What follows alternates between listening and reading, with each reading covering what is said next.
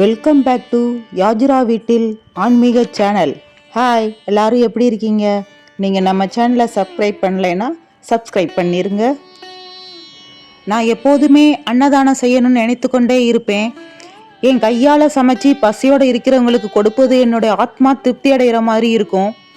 இந்த காரணத்துக்காகத்தான் இந்த பிறப்பே எடுத்தது போல தெரியும். அன்னதானம் என் கையால் பண்ண அனுமதி கொடுத்ததற்கு கடவுளுக்கு நன்றியை தெரிவித்துக் கொள்கிறேன்.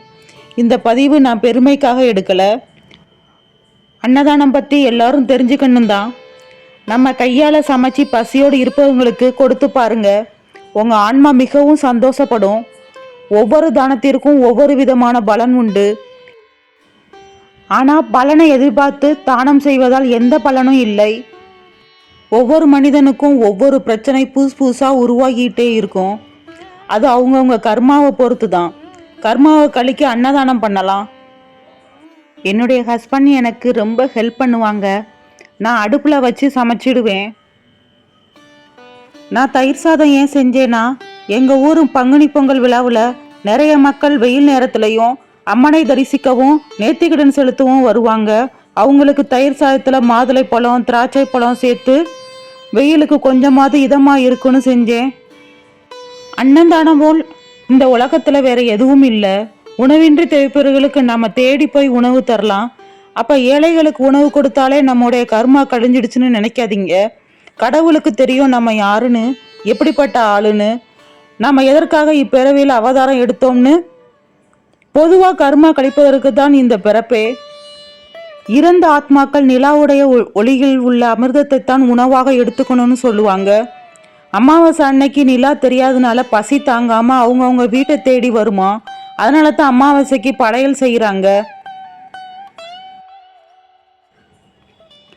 நான் கொஞ்சோண்டு இனிப்பு பாயாசமும் செஞ்சேன். ஒவ்வொரு மாதமும் அமாவாசை வரும். நம்ம முன்னோர்களை கும்பிடுங்க. குலதெய்வத்திற்கு படையல் போட்டாச்சு. பசுமாட்டிற்கு வாழைப்பழம் அகத்திக்கீரை கொடுங்கன்னு சொல்லுவாங்க. பொதுவாக அமாவாசைனாலே அண்டசக்தியில் இணையிற நாள். அண்டசக்திகள்னா சூரியன், சந்திரன், பூமி, இந்த 3 சக்தியிலுமே இணையும் நேரம்தான் அமாவாசை. தொடர்ந்து 3 அமாவாசை நாளில் விரதம் இருந்து முறைப்படி இருந்தால் முன்னோர்களின் ஆசீர்வாதம் கிடைக்கும்னு சொல்லுவாங்க.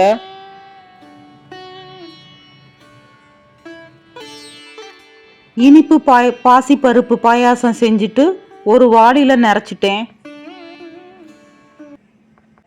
மாதுளை பழம் திராட்சை பழம் போட்ட தயிர் சாதத்தையும் எடுத்தாச்சு.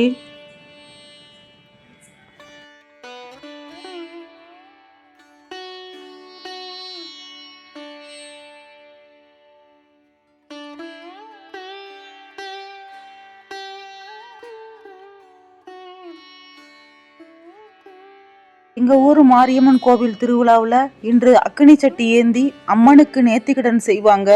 வெயில் நேரத்தில் வர்ற பக்தர்களுக்கு இதமாக இருக்கட்டும் தான் இந்த சிறிய பங்கை அம்மனுடைய பக்தர்களுக்கு காணிக்கையாக்குறேன். எல்லோருடைய கஷ்டமும் தீர்ந்து சந்தோஷமுடன் வாழ தங்களால் முடிந்த அளவுக்கு அன்னதானம் செய்யுங்க. மங்களம் பெருகட்டும், ஐஸ்வர்யம் பெருகட்டும். வாழ்த்துக்களுடன் யாஜுரா வீட்டில் ஆன்மீக சேனல். சப்ஸ்கிரைப் பண்ணிட்டு லைக், கமெண்ட், ஷேர் செய்யுங்க.